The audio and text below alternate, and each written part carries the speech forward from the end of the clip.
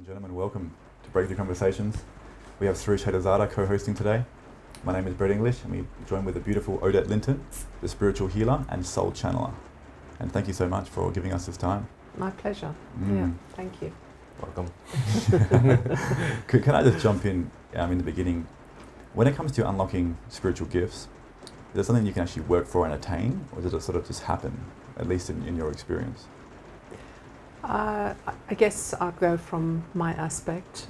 I realise now, looking back, that I always had an awareness, but absolutely it needed to be unlocked and opened up and created for me, with help. So I went, to other healers and so on, and it's through that work on myself that I realised that I did have a gift within me, and I believe everybody has a gift within them. It's just choosing to, I guess, do the work on yourself first. True. And then realise that there's actually more to it. So I never ever sit in having that knowing, of everything now, because every day is something different or something more to learn. I actually call myself a seeking soul. So often the people who come to me are equally seeking. True. So, it's what's next and what's next. So it's forever learning. You can never ever sit on any pedestal of knowing everything, because I think once you know everything in theory, it's time to go. Yeah, true. Or That's so true. Or you're in your ego. Yeah. I know everything, Yeah, exactly. So, yes, just being, as you say, being aware of that ego. Yeah. How would you also define ego and even describe what it is? Because I know there's a lot of misinterpretations of that word by myself. We all have it. That's, we need to just acknowledge that we all have ego, and it's how we use it, I guess, or become aware of when you're in your story, and or when you're in your within ego, you've got the victim as well as the aggressor. So ego is really about control, and I actually believe a lot of ego comes from fear, because if you're in the kind of top end of your ego, you're trying to control everything to make yourself feel safe. So that can be from life trauma and not feeling safe. So the easiest way to feel safe is to actually control everything that you possibly can. And so I mean, there's, everyone talks about the ego, and there is that sort of normal ego that we have, but there's also spiritual ego, which ironically I find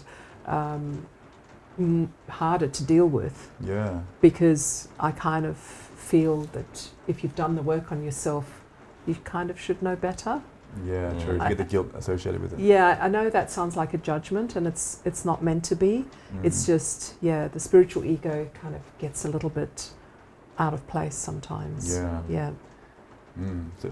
that does happen quite a lot. People go into the spiritual community or become teachers or healers or leaders in a spiritual space that they have a lot of yes people around them, yes men, yes women, who just sort of idolize and put them on a pedestal. Absolutely. And they get lost in that pedestal as well. And there's only one way off a pedestal, and that's down. That's true.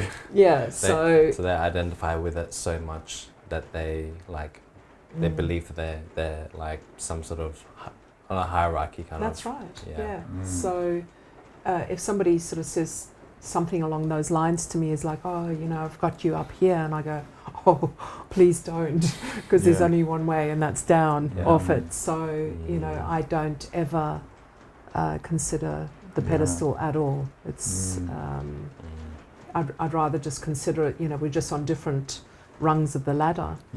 And if you're seeking to change your patterns, your belief systems, and I think that's what it's all about, is belief systems, then you're just shifting up the ladder.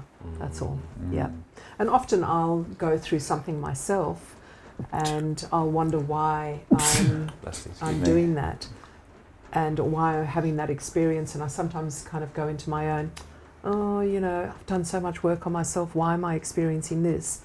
And then I'll get through it, and then I'll have a client come to me who's going through exactly what I've just been through. Wow. Yeah. Okay. So then I've got the compassion, the understanding, and the kind of knowing of how to help them step through it too.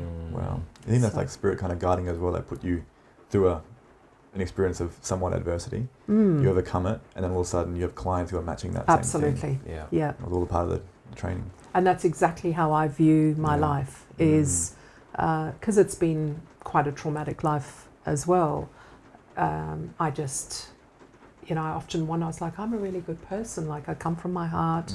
I love unconditionally. Why do these things happen? And then when I stepped into doing this, spiritual and healing work, I now go, oh, I'm so grateful that I had that life, those experiences, because it's led me to understand exactly how to, have compassion for people, understand what they've been through, resonate with them. When I share a little bit of myself with them, it's what I call the key. So it unlocks their feeling comfortable to share their experience with me. And I've often wondered why, people just trust me so much. Yeah. But it's because on a soul level, their soul recognizes that I have been there before, just like them. Beautiful. Yeah. So it's actually a gift. Yeah. So suffering and pain is a gift that it's actually a gift ultimately. Of course, we need to step through that and find our joy. Yeah. So and the only way you can do that is to shift those belief systems. Wow. Yeah. Are there any practices or things you help your clients with, or even yourself with, at breaking down those belief systems to expand your life and your consciousness and your experience? At the moment, I'm really focusing with people on coming out of their mind, which we were talking about earlier, and coming into their heart. So we're in the fifth dimension. So some people don't really understand exactly what the fifth dimension is. I believe we've been through 5,000 year cycles. So, first, second, third, and fourth dimension. And as of December 2012, we moved into the fifth dimension.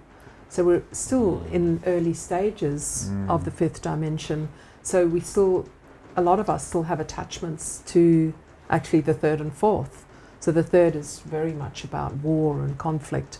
And as you know, there's still a lot of that in the world. But the fourth dimension, I feel like, was bringing in that awareness of change, of, changing consciousness. But coming into the fifth, it's there. Wow. The stream is there, the golden flow is there, the abundance is there, if you choose it. So, and it's all about the heart. So we actually have to come out of the mind, which I think is a lot to do with the ego as well, and come into the heart. So you were talking about what practice. I often go, put both of your hands on your heart, take in 2 deep breaths, and just say, okay, what does my heart say about this situation? And I bet it's a completely different answer to what your mind said. Yeah. So that's my recommendation, is keep checking in with your heart and taking those deep breaths. So you could also actually just put one hand on your heart and one on your gut, so that you actually get your gut instinct. Wow, I was actually doing that last night. Okay. Yeah, intuitively, that's cool. while I was sleeping.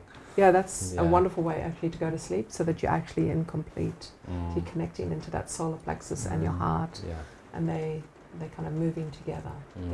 Cool. So great practice. Yes. It's I like what you said about the 2012 was the phase of the fifth dimension coming through. Yeah. I remember in 2012, that's when I had like a spiritual awakening at the time.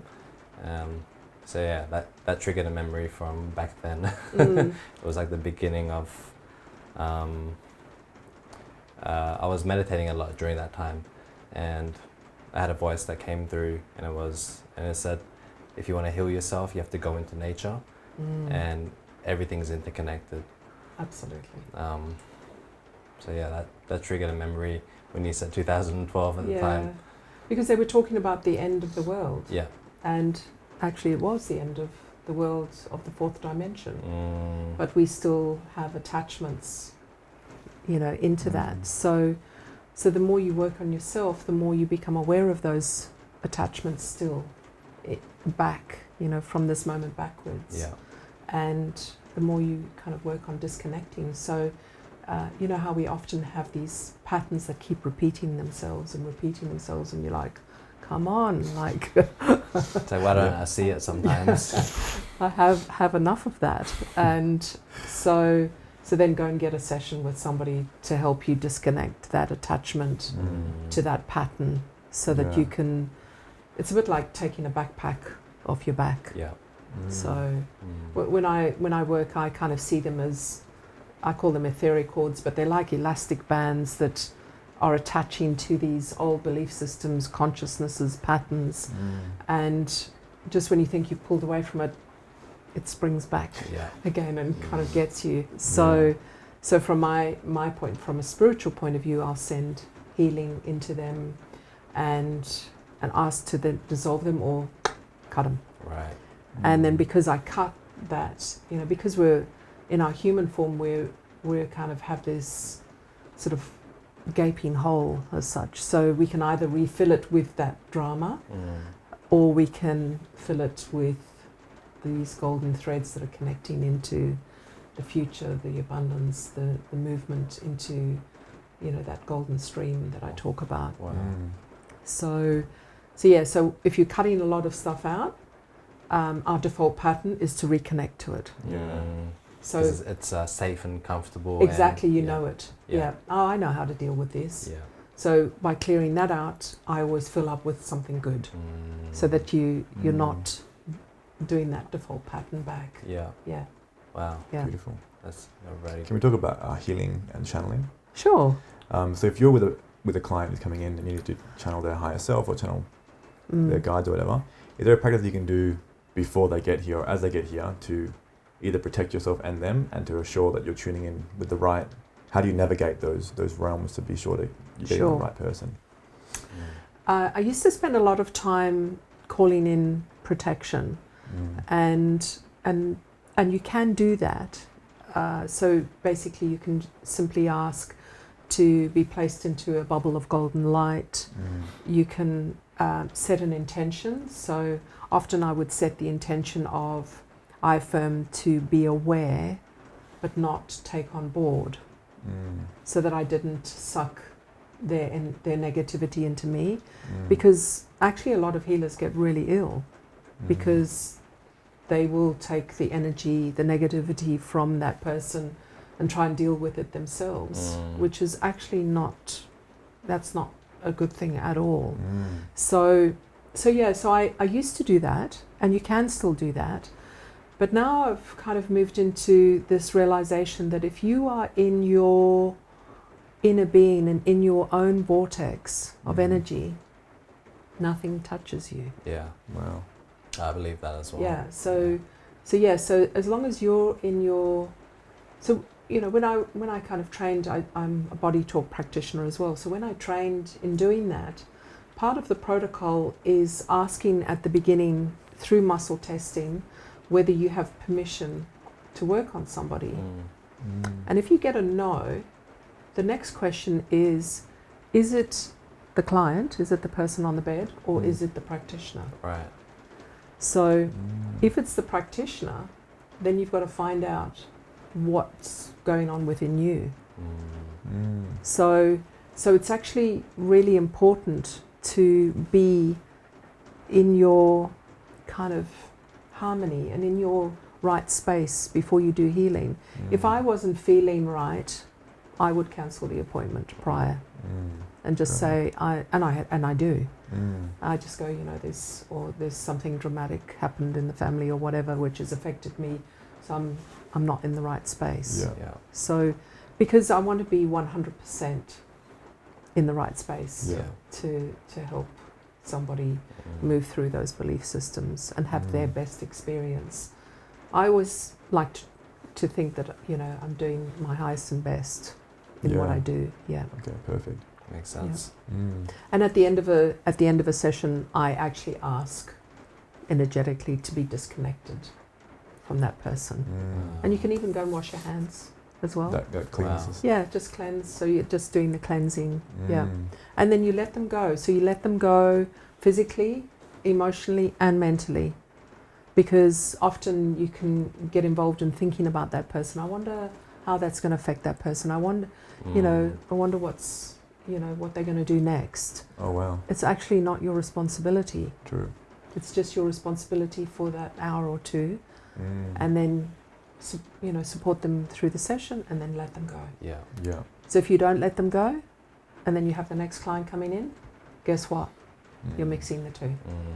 And it gets like it jumbled up. It gets confusing. Yeah. Is there a visual thing you do to cut that off, or is it just more of a, I don't think about that, like you just turn it off in your mind? Or Oh, you can do a visual. You can actually use a crystal wand if you want, or your hand, and just say, okay, I'm going to gently disconnect from everybody and everything. Yeah. And so that I call it the spaghetti bowl, actually. Oh, yeah.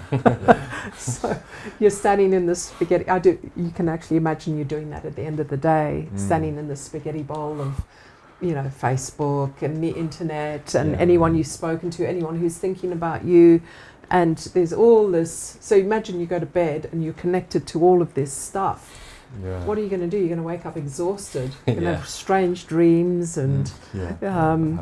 often I've had clients say to me, oh, I was dreaming about you doing a healing session on me the other night. Oh, wow. I was like, oh, really? Yeah. No wonder I woke up tired that day. I said that to you when I saw you today. So at the end of the day, it's actually quite important to us to disconnect from everybody and everything, including your loved ones. Yeah, so you don't get drained. Yeah, so that they are in their energy, you're in your energy, and you all wake up vibrant. That makes sense. Yeah. So violet flame is amazing. Like, you can just ask the violet flame to kind of flow through you and cleanse you. And you visualize that violet thing? Yeah. Violet flame, sorry? Absolutely. Is that from Saint Germain? It is, yeah. He's a real deal. Beautiful soul, yeah. Okay, yeah, because I've heard him pop up in a few different places, and I'm like, I've never heard of Saint Germain before. Yeah. But it's good to know. I think the violet flame is a gift from the universe to the earth. If you look it up online, all about the violet flame, it's fascinating what you get and how you can use it. So I use it a lot for healing those cords that I was talking about. That's a purple flame? Right, okay. It is. Is it similar to the ultraviolet light angels? Yeah. Okay. Yeah, exactly. Right. So I mean, even if you look at amethyst, it's that sort of purple colour, and it's very healing. So you can actually rest jewellery on amethysts and cleanse them. Yeah. Amazing. And when you are working with spirit and you are channeling, are you aware of how many dimensions that there actually are? Or is there a certain number, or is it just infinite? I think it's fairly infinite. My understanding is we have our kind of 12 dimensions that we're connected to. So within our universe is the 12 planets and so on. And I believe that the 13th dimension above is coming from the light. Oh, okay. Yeah. So what I see within us is our humanness, which is within those 12 dimensions. And like I said, we're in the 5th, but we're still connected to the others a bit. But from a soul point of view, I believe that if you're working with the light, that you come from the 13th dimension and above. Okay. It's not necessarily, you can go, I come from the 15th dimension or whatever. 150th. How would you know that you come from that dimension? Generally, you come to Earth with a purpose. So you may not remember that you've come with a purpose. Right. And I certainly didn't know that I had a purpose for many, many years of my life. Many of my years were, family orientated and so on. So, but the more work that I do with this, and I've been doing this nearly 11 years now, is I realise that's my mission here on Earth, is to bring light, to be part of this greatest transformation on earth that we're going through right now, and be responsible to support others to be in a better frame of mind, a better well-being, and in vitality, and most importantly, joy. Yeah. Like find the joy. Yeah. So us human beings and our relationship to God, do you know how much about how that works? Can we access the greater abilities from God or from Source? Absolutely. I think that's our personal vortex. Oh wow. Yeah. So I believe it's we're connected to God, to true Source, to Buddha, Allah, whatever you would like to call Him. And so when you, and I've just gone goosebumpy. Yeah. So that's when I get that, the spiritual shivers they call them. Yeah. It's what you're voicing is exactly right, and it resonates on every level. So yeah, I believe that that's our inner vortex and connecting into it. Do I think there's things that knock us out of our vortex? I do. And so I think bringing awareness to those moments when you're out, it's like, oh, okay, I'm out. Then what do I do about this? What's going on with me right now? Do I need to just keep, those moments where you're like, okay, this moment will pass and I'll get the learning and awareness from it, and then you step back in. So when I was living in Europe and I was traveling with a friend, often things would sort of go wrong, and we'd go, oh, we're actually out. We're out of alignment. And it's like, okay, let's just sit for a minute and work out why. So we would sit and just have a chat about it. Is there something going on with you, or is there something going on with me? And talk about it, clear it. Or are we just going in the wrong direction? Are we not supposed to be going to this place right now? And we both kind of go, oh yeah, no, it doesn't feel right. So then we'd go the different pathway. And then suddenly we go, oh yeah, we're back in the flow. So it's actually just bringing that awareness. So I also equate it to, when I talk about the golden stream, so within a stream you've got rocks within that stream. So when you kind of effectively step out of the stream onto a rock, you're dealing with a negativity or a contrast or an experience in your life. Basically, you're effectively standing there and you're not moving until you sort it. Is that within ego or trapped in ego in that stage? Or? Can be, yeah. Or just, a lesson? Sorry? A lesson that you have to learn? Absolutely, a lesson or an experience or a relationship or a, whatever it is, or something's gone wrong with your work or your business or something. It's like, okay, I'm stuck here. So I always say to people, when you're stuck on that rock and you can't deal with it yourself, go and get some healing.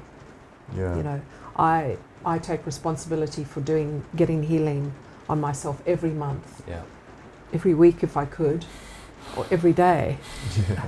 And the everyday thing is the meditation, the clearing yourself at the end of the day, like we were talking about, and having really good food and nutrition, good sleep, and really good people around you.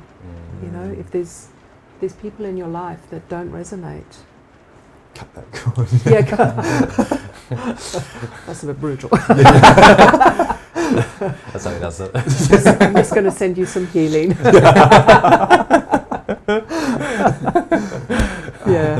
So otherwise they get shocked. True. So remember, we're coming from the light. And with love, always with love.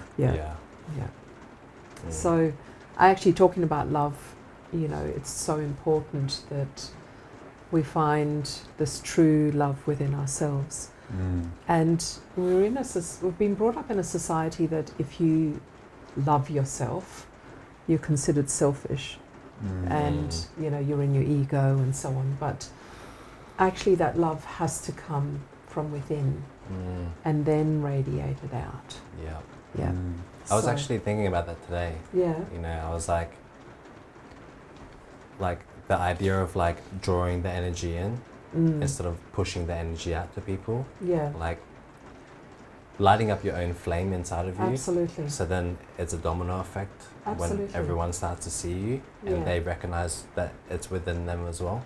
Yeah. You know? It's a great resonance and a great reflection. Yeah. And inspiration. Yeah. Like instead of like, because I've pushed my energy out to people constantly throughout my life, and then I forget to draw it back in. For yourself. For myself. Exactly.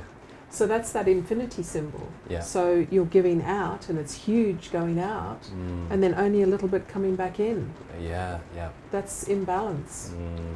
So, you know, it has to be balanced. Yeah. So, you know, it's really important to connect into that, the law of receiving and the willingness to receive. Yeah. So if you're willing to do that, then, you know, it's you then can be inspiring to other people. Right. So the balance between giving to yourself and giving to others. Yeah. Yeah. But you actually have to give to yourself first. Yeah. It's not selfish. Yeah. It's interesting. When I've been doing channeling lately with people, they've been using words that we consider negative, like selfish. Yeah. And actually explaining that actually it's not selfish. It's actually pure love. Yeah. And it's honoring yourself. Self first. Yeah. So when you honor yourself, you actually honor Source and God. So wow. That's so true. Beautiful. And can I jump back into, Sure. before the show we were talking about doing spiritual practices in different countries and healings in different countries, and how the energies are different. And are the energies much different in different countries that you've gone to, or there's different techniques you need to channel? Or I can't think of the right words to phrase it, but you know what I'm talking about. Yeah. I mean, I've been very blessed to travel through many countries in my life and live in different countries. And I was born in what is now Zimbabwe, so in Africa, and very Victorian society. So that's how I was brought up, you know, very rigid and then of course it ended up in war and conflict, which was, you know, really, you know, sad and unfortunate, and a lot of my friends died. Is that in the Rhodesian War? The Rhodesian War. My stepdad was in that war. Okay. Wow, yeah. So you know a little bit about it. Yeah. And so as children we were brought up, even though it was Victorian, we felt safe, because the Victorian kind of way of bringing up children is, you know, you eat breakfast, lunch, dinner, you go get bath and go to bed and so on. And it's a routine. It was routine based. But then I left there and I went and lived in Scotland when I was 18, and I found Scotland was really beautiful, but some of the people were a bit suspicious of me. Really? Yeah. The old Scottish. Because they expected me to not be white. Oh, really? Right. Yeah. And I actually got interviewed for a job purely because they wanted to see what colour I was. Oh, really? Yeah. It was quite amusing in the end. I found out 6 months later. Yeah. So I was like, I know we have, you know, all cultures in Africa. It's you know, it's not just one culture. Yeah. And then, you know, the Scottish were very proud, and like, and if we travelled down to England and then got back and said we'd been down to England, they're like, oh, I bet you felt better once you crossed back over the border again. Look at the rivalry. So quite territorial in that way. And then from there moved to Australia, which was reminding me a lot of Africa, actually, because of the wide open spaces and, you know, just the willingness to kind of embrace different cultures and people and so on. And then I went and actually lived in the Middle East, which was quite so in Qatar. Qatar, yeah. Is that near you, mate? No, Dubai. I'm from Afghanistan. Oh, okay, yeah. So, and it kind of, you know, when I flew into Qatar with my eldest son, who was 6 at the time, and I was pregnant, I kind of looked out the window and I just saw all this desert. And forgive the judgment, I kind of felt like I'd landed in the hell of the earth. I was like, there's just no green, there's nothing. And my husband at the time when I arrived, he said, I promise it does get better. Yeah. And actually it was just a wonderful experience. Wow. I actually loved living in the Middle East. It was extraordinary. There was, so much travel. There was, all of the sand dunes and the inland sea and digging up fossils. And we had more time as a family there. And all the different cultures, a lot of the expats and local as well. It was just fascinating. Wow. So camel riding. Exactly. Or seeing a camel sitting in the back of a ute. Right. It always just amused me. So, of course, there's, the deep religion in Qatar. So you're talking about the different energies of different countries. Yeah. And so, of course, we heard the call to prayer, 4 times a day. And have it like the loudspeaker in the street. Yeah. How's that in Indonesia? Like, that's with Islam, right? Yeah, exactly. Yeah. I feel like that should be illegal, because like, not being rude or anything like that, but I'm in Indonesia and I'm sleeping and then I hear like this loudspeaker go off and the guy's like praying through the speaker and like everyone can hear it. Like, of course. They speak Arabic usually. Yeah, it's so loud. Like 5 times a day. Yeah. So that's right, 5 times. Yeah. I remember being at the vegetable market once, and they had the tower with the speaker on to, and he started singing, and then he did this loud sneeze. And we all just kind of burst out laughing. And even he had a chuckle, So it was quite funny. Yeah. And of course there was the respect during Ramadan, which is the holy month, and you don't eat or drink in front of anyone else during that month. Oh wow. So, because they're not allowed to eat or drink during the day. Yeah. So from sunrise to sunset is no eating. No eating or you drinking. You can't have any no water as well? Dry fast. Yeah. Oh wow. Yeah. No water. Other than if you are ill or pregnant. Yes. Yeah. Yeah. Yeah. Is that right? Yeah. 100%. Yeah. Yeah. So I remember in high school you were doing Ramadan. Yeah. Yeah. That's tough, man. I didn't know it had no water as well. That would be. I've done a juice fast before, but like without the juice, I wouldn't be able to do it. Yeah. Yeah. It's meant to be a bit more abrasive, the dry fast, but you're meant to work up to it. Yeah. So from the juice fast, then maybe a herbal fast, and then water fast, and then get into a dry fast. Right. So you work your layers. You work away. Okay. Yeah, like from the density to the least dense. Right. But yeah, most Muslims, they dry fast and then they have a whole bunch of food that wrecks their gut. It would. Yeah, it just straight to KFC at sunset. It defeats the purpose. That's how I feel. Like why are you having so much oil and rice and meat and everything else that then you go back to the dry fast and then you become like they can't digest the food and they feel more sicker after the fast. And I'm like, this is meant to be a process where you're actually getting more detoxification and connection with God as well. But yeah. That's a true Muslim. Yeah, it's interesting you talk about that because when I was in France, I went into this organic shop and the guy spoke English, which was really nice. And he said he had done 45 days, like leading up to, not only having water. And I said, how, I'm curious, like, how were you? And he's like, I could literally just touch somebody and heal them. Wow. He said it was just... Quick touch me. Yeah, he said it was just extraordinary, because you're so cleansed and so pure. And it made me realize the enormity of what we eat and consume and how it affects us. And so I said, so what happened after 45 days? And he's like, I did the craziest thing. And I said, what's that? He said, I ate a pizza. Yeah. And I was like, whoa, what happened? And he's like, I could literally feel it moving through, he said. And I was in so much pain. Oh, wow, it would be. And he said it was just mad. So he literally went from this pure state to craving. Pizza, And I was like, there's got to be a balance between the two. Wow. Yeah, 100%. Yeah. Like have some fruit, have some steamed vegetables. Yes. Before getting into pizza and heavier, denser foods. Yeah, exactly. So, But yeah, so I also got to live in France, which, you know, as I was mentioning to you before, you can feel the rebellion. There's also quite a lot of fear there.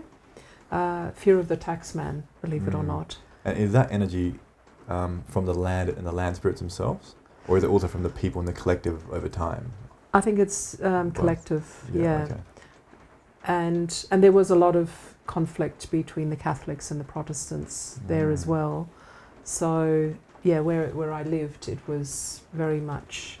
When I looked into the history of it, there'd been a lot of slaying, you know, and so on. So I used to go and sit on the land and do a lot of healing for everyone. And particularly into the land, yeah. And I remember sort of seeing a medium, and she sort of said to me, she said, oh, she actually picked up that I was living in France, which I found fascinating. Wow. But this was like online medium or on the phone? Yeah, on the phone. Oh, wow. Yeah. She said, oh, you know, I see you in this farmhouse. And I was like, yeah. And she said, you're in France. And I said, I am. Wow. So, you know, when I kind of connect to people like that, I have healthy respect for them, because then I know they're true. True, yeah. And they know where you live, yeah. And they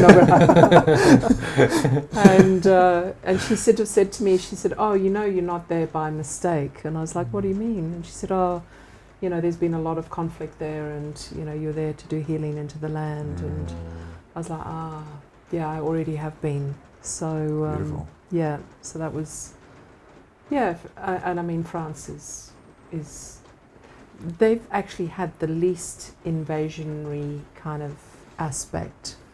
Like I was saying to you about Croatia, they've had different countries invade Croatia, so there's that whole mixture. There's France, I mean, yeah, it had Second World War, the Germans came in, but of course they were, you know, sent out.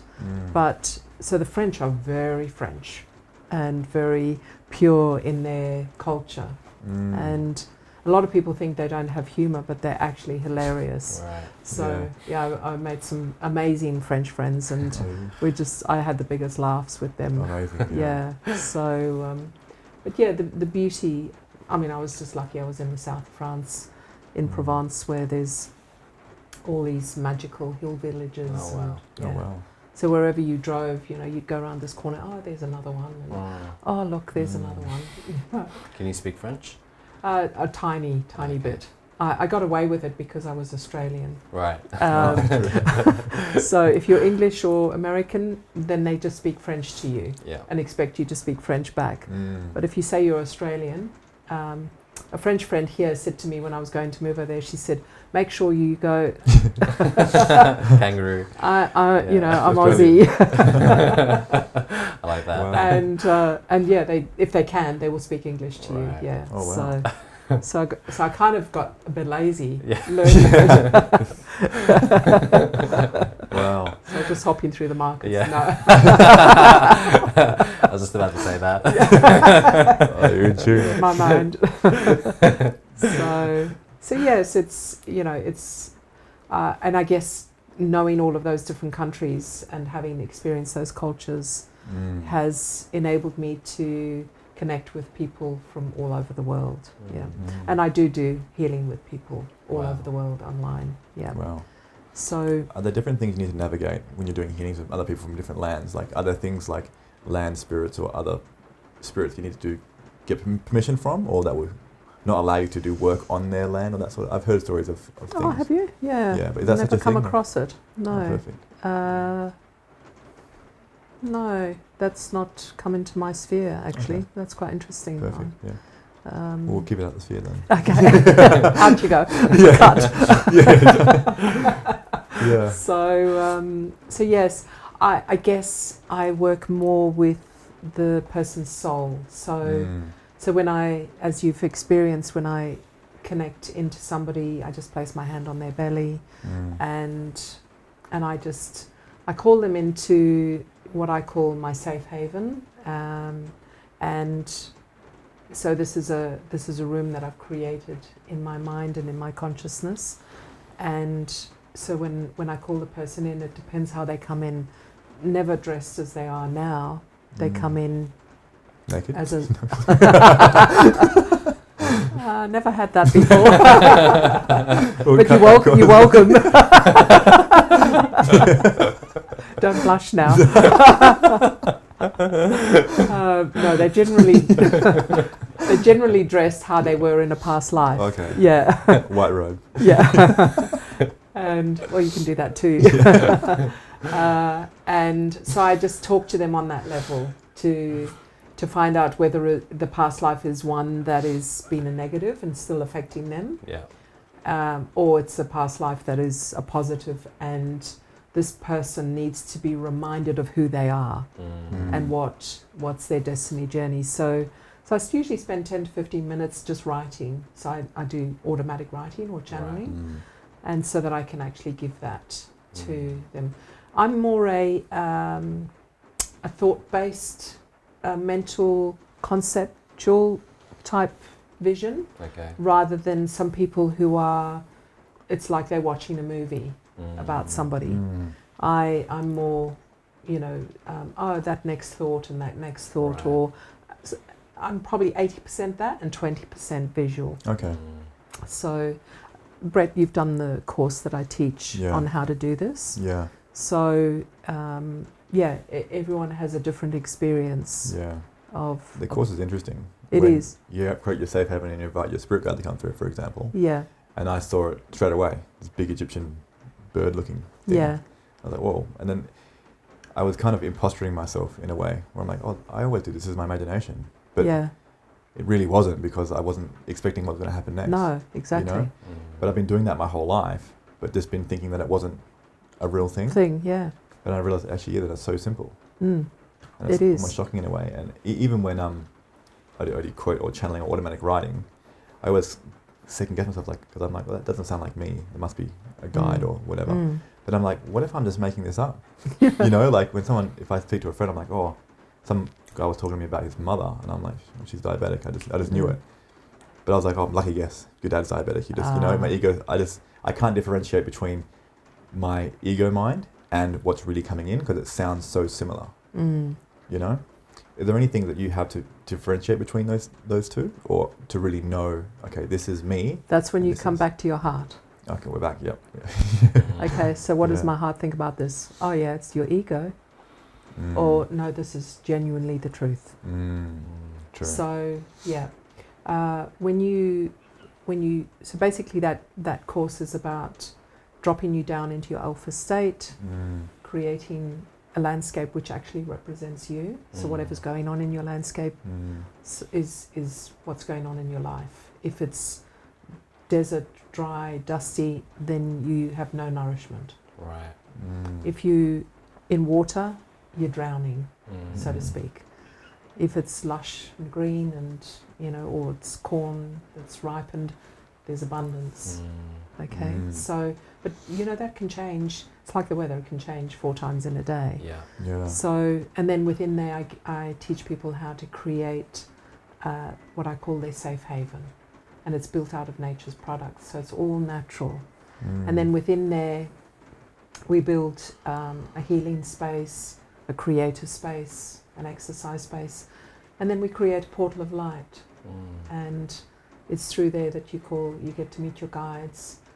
This is how I will call anyone in who's coming for a session. And how they come in is how I deal with them and talk to them. Wow. And then once you become more used to it, then you can actually go through your portal of light and go traveling to wherever you want to. Wow. Yeah. So, astral traveling in that respect. Yeah, if you want, or to another country, or you can have fun with it. So you could say, okay, I'd like to actually go through my portal of light and come out in Prague, and I'm going to be naked. Why not? Prague's the place to do it. And just see what happens. Yeah, absolutely. So that, in that respect, you're doing that with your mind's eye. Yeah. Is that like more of a remote viewing, or an actual out-of-body experience that you're splitting your psyche in half? Or how would you really, let's say if you did want to astral project to Prague and really be in your astral body in there, is there techniques you can do for that as well? Or is that going to be only in sleep state? Or No, you do it while you're awake. Oh, wow. Absolutely. While you're awake, and go and have that experience.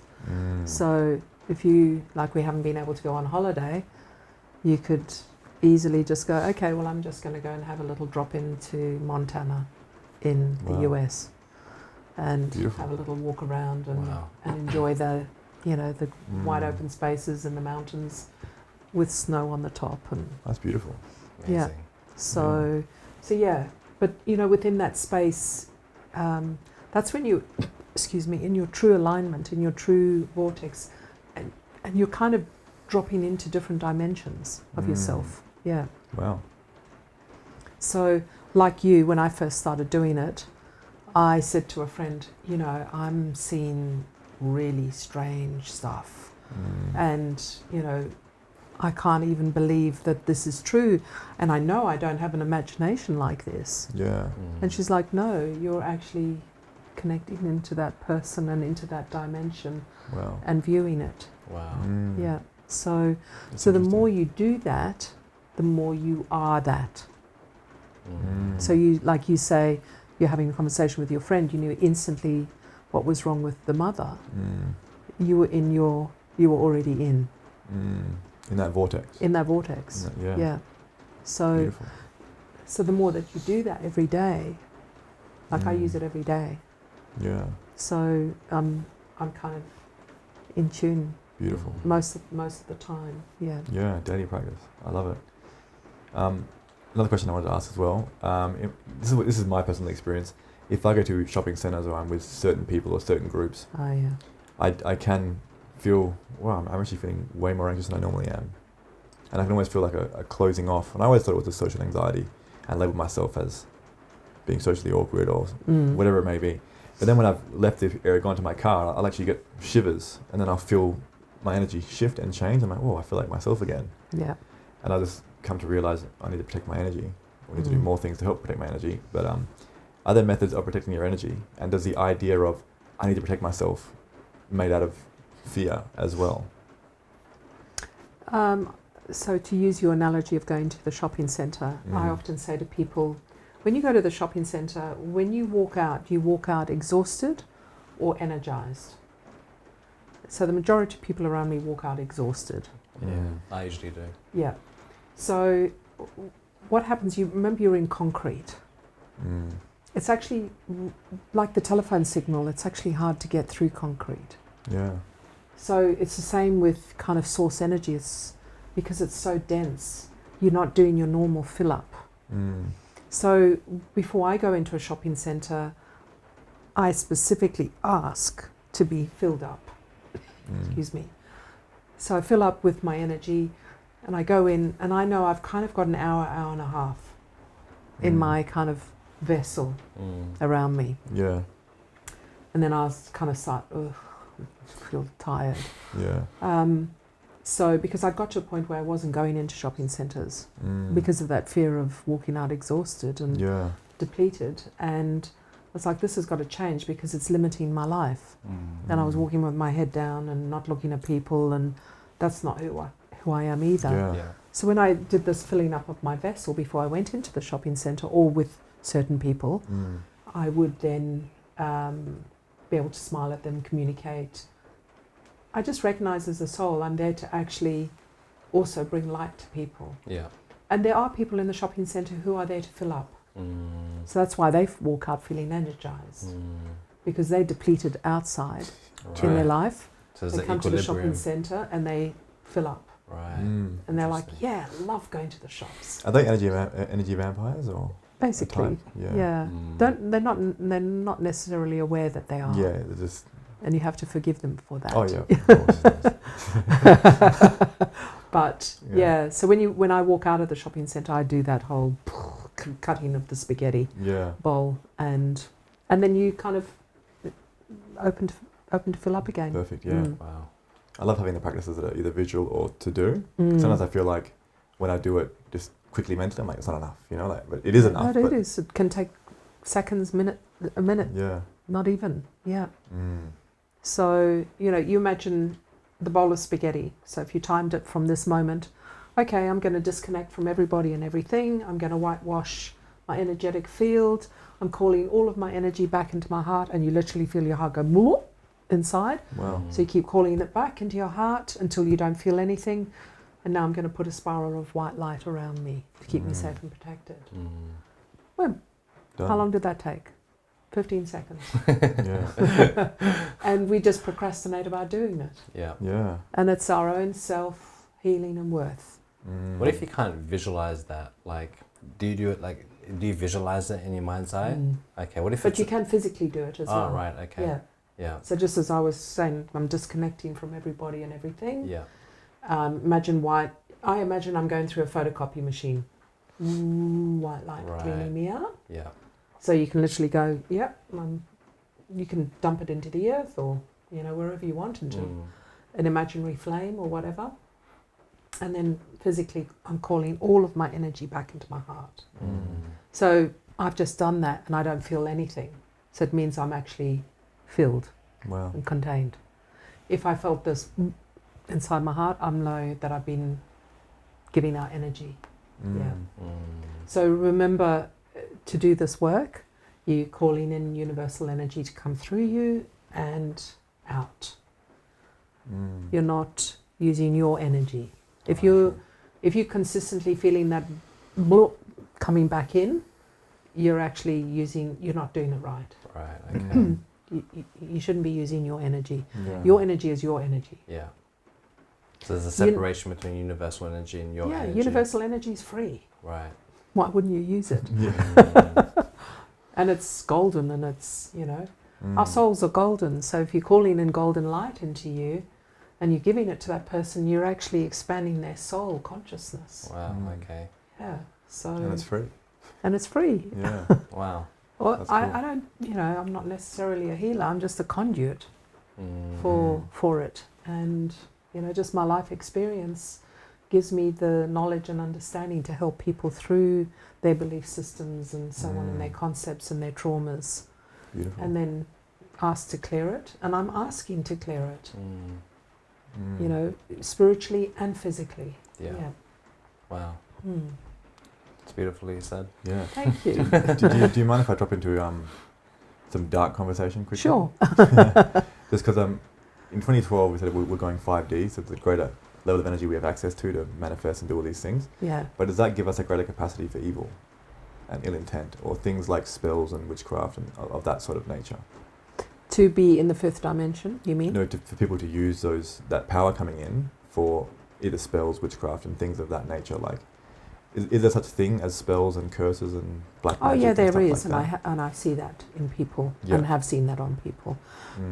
How can we be aware of that when it is happening, and make sure that doesn't come into our field or into our lives? Especially when you're intermingling in the broader spiritual community, where sometimes you can feel off or see things that doesn't seem quite right. Certain tents in Blazing Swan, you're like, let's not go in there. But question. is there a way to be aware of it and also keep ourselves out of that? Out of it. It's an interesting question. Yeah. My first instinct when you were talking was there's no room for it in the fifth dimension. Okay, there's no room for it. There's no room for it because we're coming from our heart and from that true source, love energy. If there's still residual energy, I think it's still connected to the third and fourth dimension. Right. Okay. So those people, in a way, I believe that we've been given the opportunity for two pathways. Even though we're all kind of being pushed to move into the fifth dimension, some people are completely resistant to that. So they're still choosing to remain back here, and we're moving forward. So it's almost like the world is separating into two. And on a soul level, I believe those will be remaining in their world and we'll be in our world. And in a way, the two worlds are this world, but we're living different realities. That True. makes sense. It does make sense, yeah. Yeah. The Celestine prophecy. Yeah, I love that.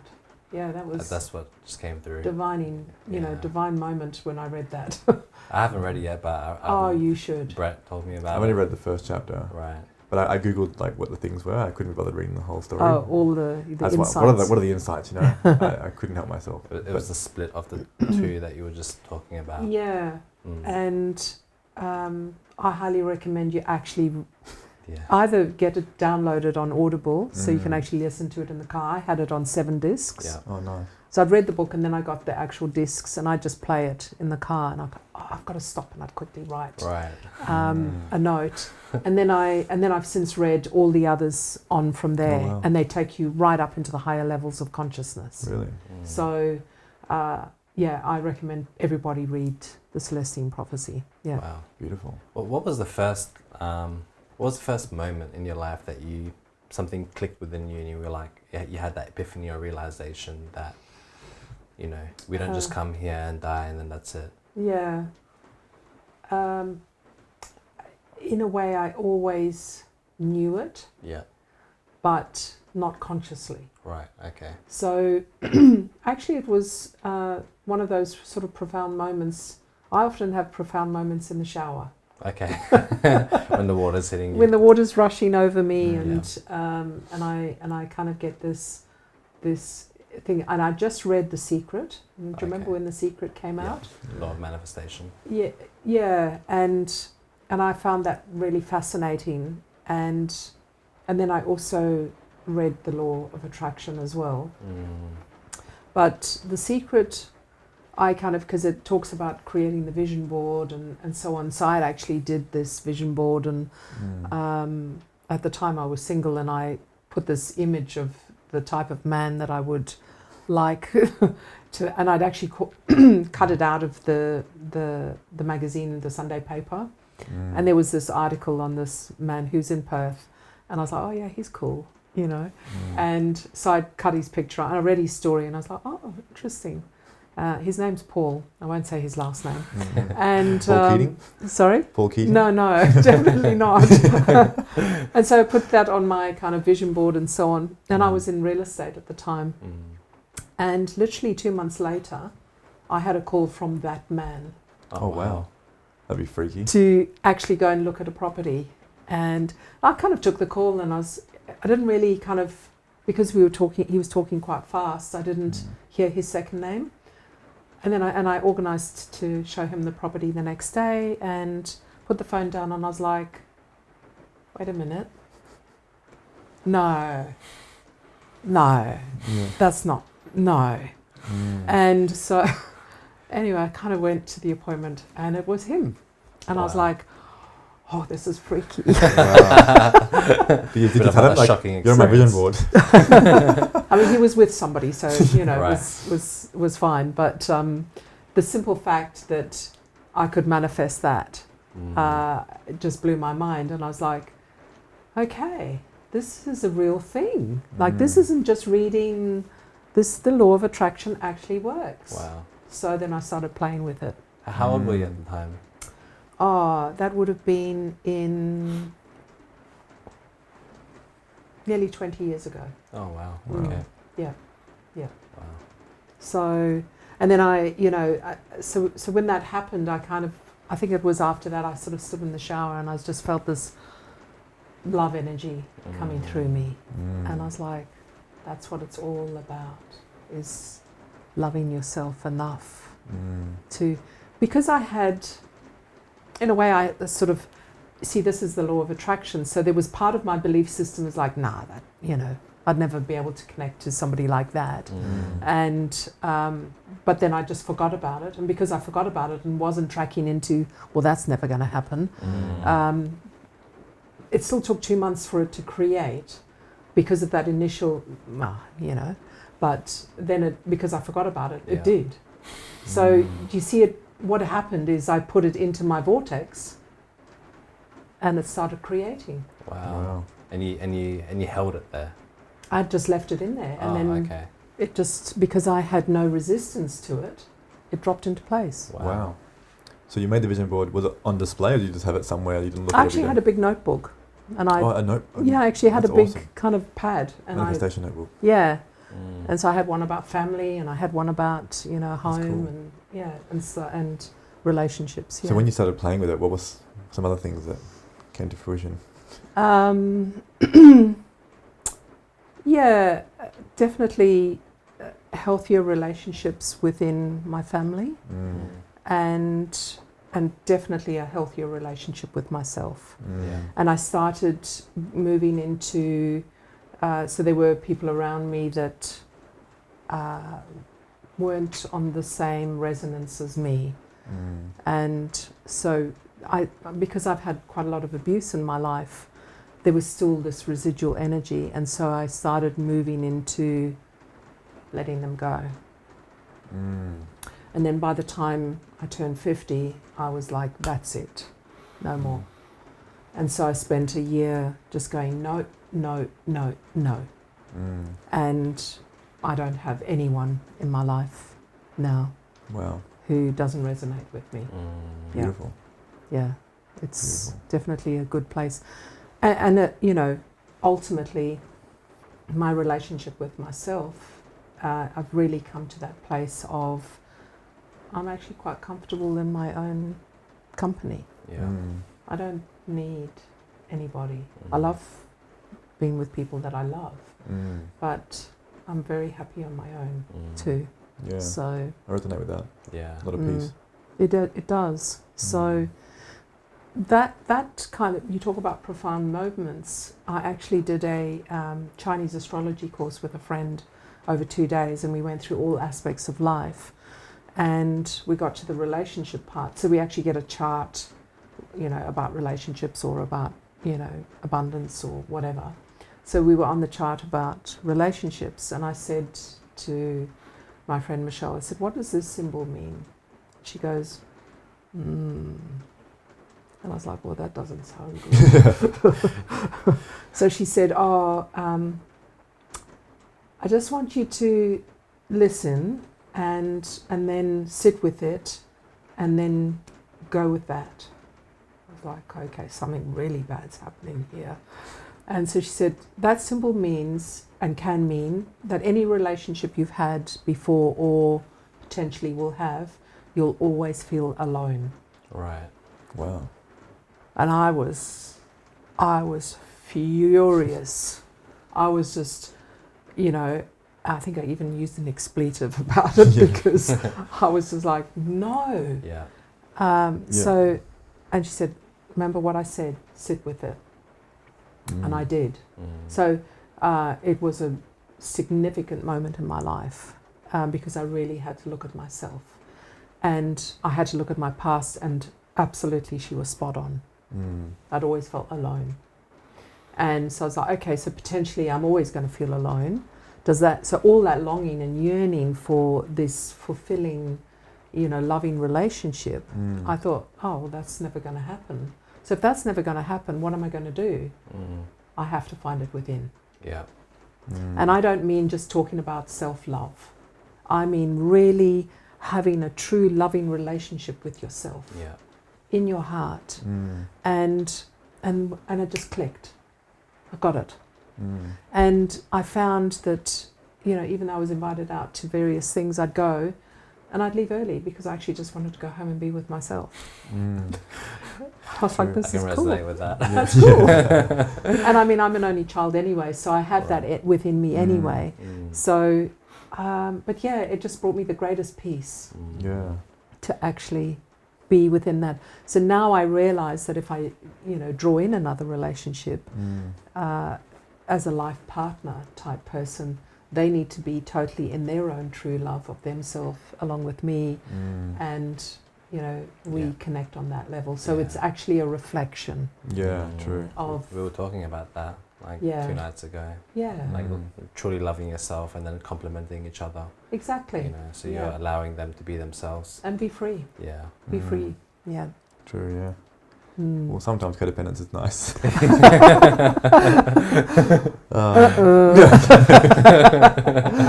I'm working on it. I just want to talk. Sorry. Yeah, go for it. I just want to talk about the Chinese astrology because I'm a water monkey in Chinese astrology. Right. What's your view on that and other astrologies that you've looked into? Well, I mean, I use you know, the traditional astrology within my work, and they all represent different organs. Okay. So if you look at the heart, you know, it's the house of Leo, which is the lion. Right. And it also has the planet of the sun coming in. Yeah. So the heart is, you know, that wisdom and knowing and love. And the sun is life force and potential and individuality. Makes sense. So I actually love using that traditional astrology. But the Chinese astrology has been fascinating, because you can actually work out, with the help of whoever's teaching or showing you, is your timeline. Right, okay. So she was actually able to go, oh, you had a child here at this age, and one here and one there, relationship showed up there, kind of possible breakup showed up there, and, you know, and also connected into your, you know, your wealth and abundance. So it's a 10-year pillar. Okay. So so mine runs from, say, 42 to 52, 52 to 62. Right. That's my 10-year pillar. So I'm aware of what's coming up in my next 10-year pillar. Oh, wow. So I'm actively working towards that. Right. Knowing. And so I find it fascinating that, and initially I kind of listened to it all and I was like, okay, well, if this is all predestined, what's the point of healing? True. But within that, you know, is still following your destiny pathway and not being derailed by it so much because of your own traumas. Right. So yeah, I just love all the different modalities, like bringing them in and connecting in on that level. Yeah. So yeah, it's bringing in all aspects. So what's your star sign in terms of normal? I'm an Aquarian. Okay. And so Aquarians often are healers, believe it or not. Right. And they're often unconventional. Right. Yeah, and they're often up here. Yeah. Right. That's my moon sign. Yeah, okay. And so, which you need, you know, as a healer, because you're tuning in on that higher level. But I also like to make sure that I'm earthed. So it's the house of friendship, believe it or not. Oh, okay. And it's the house of change. And it's also the house of catalysts and motivation to move forward in your life. So there's that seeking side of me. Right. Yeah. So yeah, I don't hook into necessarily into conventionality. It's more unconventional. Right. Yeah. Even though I follow the kind of practical, I love to have my own home and structures and so on. So I make sure I earth myself a lot. Do you have an earth sign within, like, your moon sign, or? Yeah, my rising sign is Cancerian, which is that soft. Right. Yeah. Okay. So same as mine. okay. Yeah. Yeah. Cool. So yeah, I mean, I'm not 100% aware of all of the signs and what they mean, but I get a good concept. I also bring in a lot of numerology. Oh, okay, cool. Yeah. So within numerology, I work out people's birthdays. So I did that with Brett today, and I was able to explain. He went, "Oh yeah, yep, that makes sense. Yep, got that. Okay, I understand that." Is that like life path number? Okay. Yeah. So my life path number is 11, which is one of the master numbers. Okay. So 11, 22, and 33. Right. 33 being the rarest. Yeah. And but 11 often is the healer. Wow. Okay. Yeah. Cool. And if you break down 11 to 2, it's steady progress. So getting, you know, which has exactly been my life, a steady progress, getting to this point of doing what I'm doing. Wow. Yeah. Mine's 4. Okay. So I see 4 as death and birth. Okay. Yeah. So endings and beginnings. Yeah. So you'll go through your life with ending this and beginning this, ending that, beginning this. Yeah, that's what it felt. Yeah. It's felt like that my whole life. Yeah.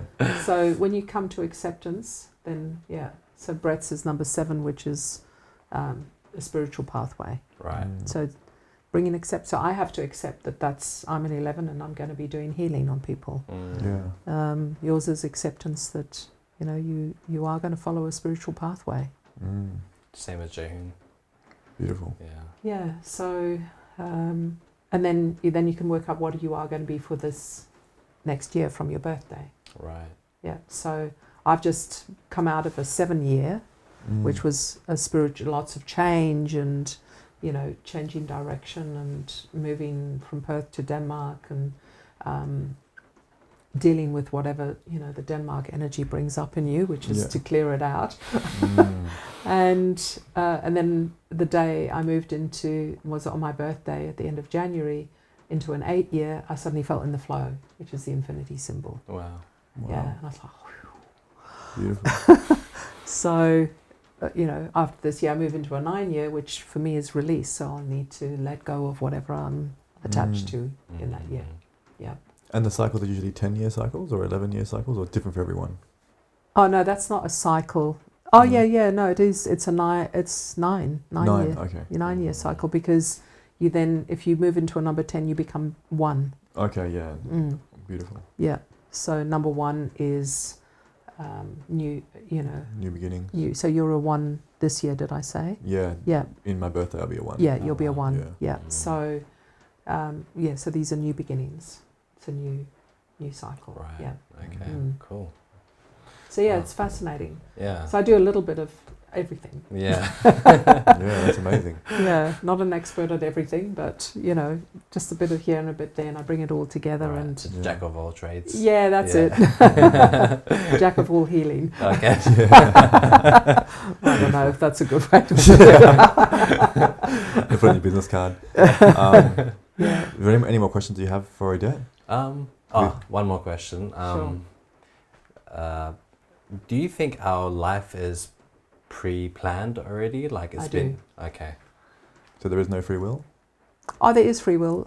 I mean, the Chinese astrology says that 33% is, you know, your kind of Chinese astrology, free will, and, you know, your whole sort of destiny pathway. Yeah. Right. 33%. Okay. That's all we get. Yeah, so it depends which bit you're stepping into. True. Yeah. So we always have free will. Always. So we can navigate through that construct that's already been written for us. Yeah. Right. Yeah. But, you know, they often say, well, if you're destined to this, but you kind of do the wrong turn here, you'll kind of come back to this. Okay. Yeah. True. So there's that destiny. Yeah. So regardless if you're going faster or slower. Yeah, you'll get there in the end. Okay. Yeah. Yeah, I've always in my heart believed that. Yeah. Yeah.